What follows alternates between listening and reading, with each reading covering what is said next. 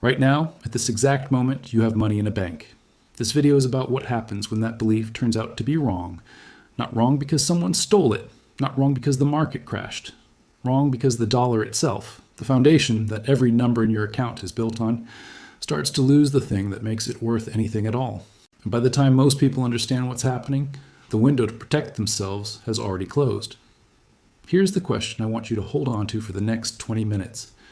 If you woke up tomorrow and your $10,000 had the purchasing power of $4,000, would you know what to do? And I don't mean in theory, I mean in the first 48 hours. I mean with a full tank of gas to buy, rent coming due, and your employer still paying you in the same dollars that are quietly becoming worth less with every hour that passes. Hold that question. The answer is coming.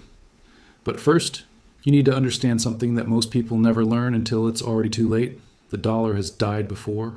Not the American dollar, not yet. But currencies that people trusted completely, currencies that built cities and funded wars and fed families, have collapsed. And every single time, the people inside that system said the same thing in the weeks before it happened. They said, "This can't happen here." March 16th, 2013. Cyprus. It was a Saturday morning, and families across the island woke up, made breakfast, and reached for their wallets. Except the wallets were connected to bank accounts that had been frozen overnight while they were sleeping. The government, working with the European Union and the International Monetary Fund, had decided that the only way to bail out the banking system was to take money directly from depositors. If you had more than 100,000 euros in a Cypriot bank, 47.5% of everything above that threshold was seized. Just gone. Not lost in a market. Not stolen by a fraudster. Taken. Legally. Overnight. But here's the part that nobody talks about. The people who saw it coming moved their money 3 months before the crisis became public. The week before the announcement, the people who had connections to financial institutions quietly withdrew what they could. The ordinary depositor, the one who trusted the system, the one who thought their savings were protected, woke up on a Saturday morning and found out that trust had a price. Argentina, 2001. The government froze bank accounts for 12 months in an event they called El Corralito, which translates to the little fence. The little fence that kept 28 million people away from their own money. Inflation hit 40%. The middle class that had spent decades saving in dollars, in actual US dollars held in Argentinian accounts, had those dollars forcibly converted to pesos at a rate that instantly vaporized 30% of their value. People who had $50,000 in savings in dollars woke up to find $35,000 in pesos that bought less every single day. Weimar Germany, 1923. A wheelbarrow of cash to buy one loaf of bread. It sounds like a cartoon. It was someone's life. That someone had a job. They earned a salary. They saved. And then inflation moved so fast that workers demanded to be paid twice a day so they could spend the morning wages before the afternoon prices made them worthless. This has happened. It is not theoretical. And the specific sequence of events that triggers it has more in common with where we are right now than most people are comfortable admitting. So imagine it's a Wednesday, an ordinary Wednesday in your city, wherever that is. You wake up to a notification on your phone, not a banking notification, a news notification. The headline says something about the Federal Reserve and something about inflation data and something about foreign governments selling US Treasury bonds. You don't fully understand it. Most people don't. You put your phone down, get dressed, and go to work. By 10 a.m., you've heard a few people at the office mentioning it. The dollar is down against other currencies, someone says, significantly down. By 2 p.m., the news is moving faster. Gas prices have jumped at stations near the highway, not by a few cents. By $0.40 in one morning, people are starting to notice that grocery prices seem higher than they were last week. Not dramatically, not yet. Just enough to make you pause at the checkout line and feel something uneasy in your stomach. You get home. You check your account again. Still there. Still your number. And here is the first thing that your brain does wrong. It treats the number in your account as a fixed, reliable measurement of your wealth, when that number is actually just a label attached to something that is actively changing its meaning underneath you. That evening, you transfer $500 to your spouse or roommate for shared expenses. Normal, routine. You order food because it's Wednesday and you're tired. The delivery total seems a little higher than usual. You rationalize it. You tell yourself prices have been weird lately. You go to sleep. Day one is not when people panic. Day one is when people rationalize. Thursday morning. Day two. You wake up and the first thing you do is check your phone. But this time it's not habit. It's something closer to anxiety. And what you find is this. You can see your balance. Your money is technically there. But three things are happening simultaneously that you are not yet connecting to each other. First, the grocery store app you use for delivery has updated its prices. That pasta you buy every week is now 18% more expensive than it was on Monday. Second, your company's internal Slack has a message from HR saying that payroll this week may be slightly delayed due to processing system updates. Third, the credit card you use for everyday purchases has sent you a notification that your interest rate is being adjusted from 22.9% to 26.4% effective immediately. Three separate things, three separate apps. You rate each one independently, and you do not yet understand that they are the same event, arriving through three different doors. You try to withdraw $1,000 in cash from an ATM because something in your gut is telling you to. The ATM gives you $200 and then displays a message that says, daily withdrawal limit reached. You didn't know there was a $200 daily limit. You've never hit it before. The bank set it quietly days ago as a liquidity protection measure, and they were not required to notify you in advance. You call the bank. The hold time is 47 minutes. When someone finally answers, they confirm the new limit. They are polite. They are trained to be calm. They tell you that the limit is temporary and under regular review. They give you no timeline. You hang up and you sit with that for a moment. By Friday evening, day 3, the ATM limit has been raised slightly to $500 per day. This feels like relief. It is not relief. It is the bank managing its cash reserves by rationing distribution while making you feel like the restriction is loosening, when actually the total amount available per customer per week is still being quietly controlled. Here is what most people don't know about the first week of a currency crisis. The danger is not that your money disappears. The danger is that your money stays exactly where it is, while the world around it reprices itself faster than you can respond. By day 5, you've noticed that the stores near you are starting to behave strangely, not all of them, but some. The wholesale club near the highway, the one where you normally do your big monthly shop, has a line around the parking lot at 7 a.m. People aren't panicking, they're just buying ahead. Quietly, individually, each of them doing exactly what their gut is telling them to do. And the cumulative effect of 10,000 people doing the quiet version of stocking up is that the shelves of cooking oil, rice, canned goods, and batteries are thinning out by noon. This is what economists call a reflexive crisis. The expectation of scarcity creates the scarcity. People aren't wrong to buy ahead. They're just all doing it at the same time without coordinating. And the system wasn't built to handle that level of simultaneous rational behavior. Your $10,000 is still in your account. The number hasn't moved. But here is what has moved. The basket of goods that $10,000 could buy on Monday has been quietly and visibly repriced.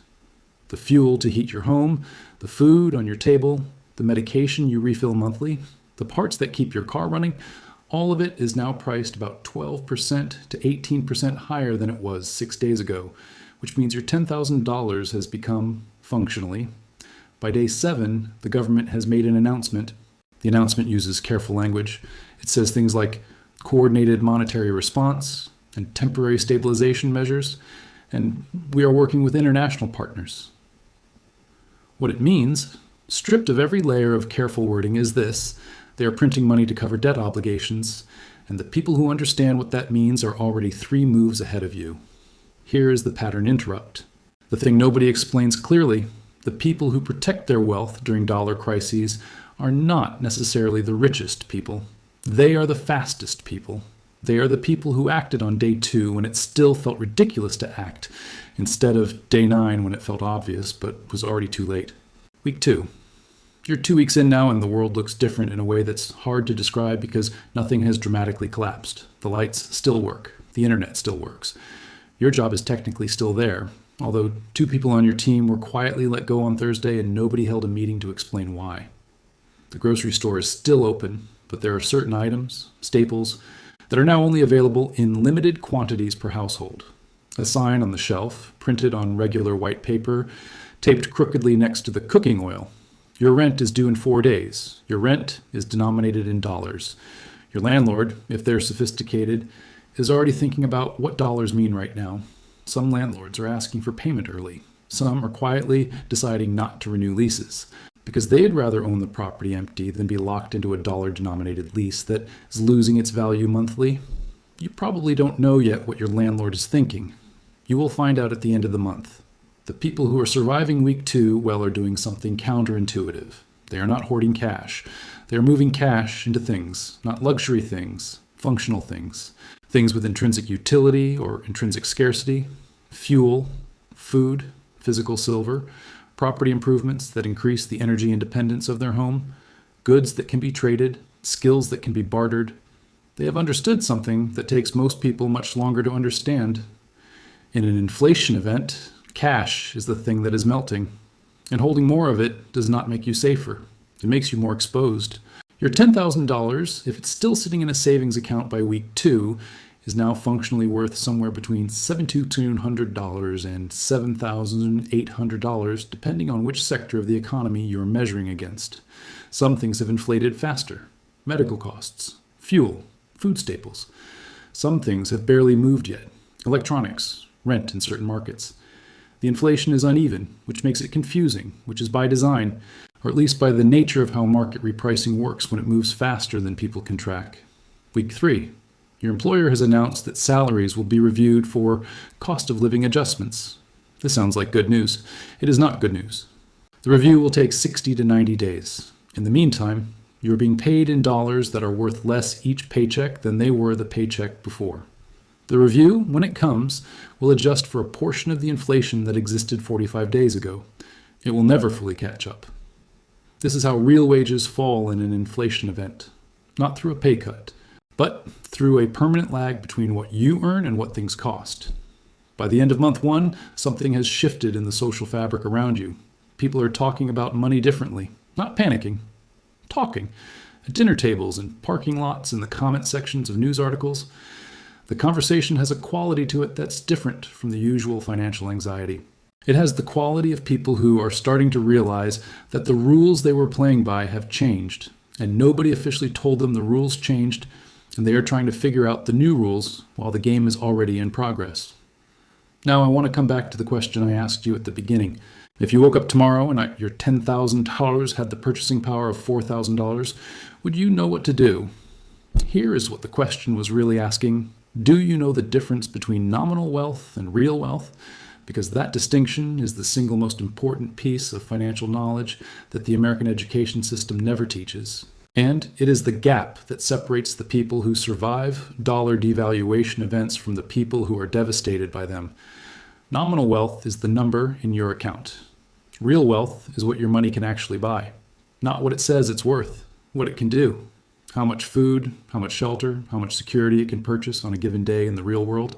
The entire history of currency crises, from Weimar Germany to Zimbabwe to Argentina to Cyprus to Venezuela, is a story about people who confuse the label for the thing itself. They watched the number in their account stay constant or even grow, while the real world raced ahead of them until the gap between the label and reality became impossible to ignore. The people in Cyprus who lost 47.5% overnight were not careless or foolish. They were ordinary, trusting people who believed that the label on their account represented a promise that would be kept. In Argentina, the people who converted their savings to physical dollars and stored them at home, which sounds extreme, sounds paranoid. Those were the people who came out the other side with something. The people who trusted the label lost the most. The truth that this entire simulation has been building toward is not that the dollar is about to collapse. The truth is that you have almost certainly never seriously considered what would happen if it did, and the decision to not seriously consider it is itself a financial choice that carries a real cost.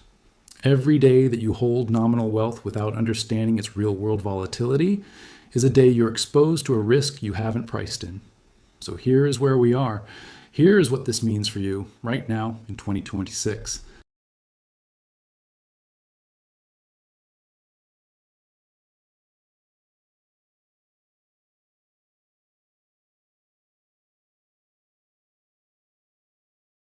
Which means the shock absorber between a dollar event and human suffering is extraordinarily thin. None of this means the dollar is collapsing next week. What it means is that the margin for error in your personal financial position is smaller than it has ever been in modern American history. And the gap between people who understand that and people who don't is going to matter. The $10,000 in your account is not a destination, it is a position. And positions in volatile systems either strengthen or weaken depending on whether the person holding them is paying attention. The people who came out of every historical currency crisis with something intact shared three characteristics. They held some portion of their wealth in things that exist outside the monetary system: physical goods, hard assets, skills, relationships. They acted early, when the situation was uncomfortable but not yet obvious. They understood that their government was not going to call them personally and warn them that the rules were about to change. Nobody called the people in Cyprus on March 15th. Nobody sent the Argentinians a letter in December 2001. The system doesn't warn you, it manages itself, and the management decisions are made for the system's survival, not yours. What you do with that information is a decision only you can make, but you can't make it wisely if you haven't made it consciously. The fact that you watched this to the end tells me something about you.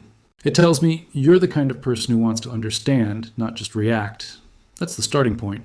That's the only starting point that actually works. In the next video, I'll show you specifically what happens to debt during a dollar devaluation event. Because if you have a mortgage, a car loan, or student debt, the picture changes in a way that is not what you'd expect. Some people actually come out ahead. And the reason why will completely change how you think about owing money in an unstable dollar environment.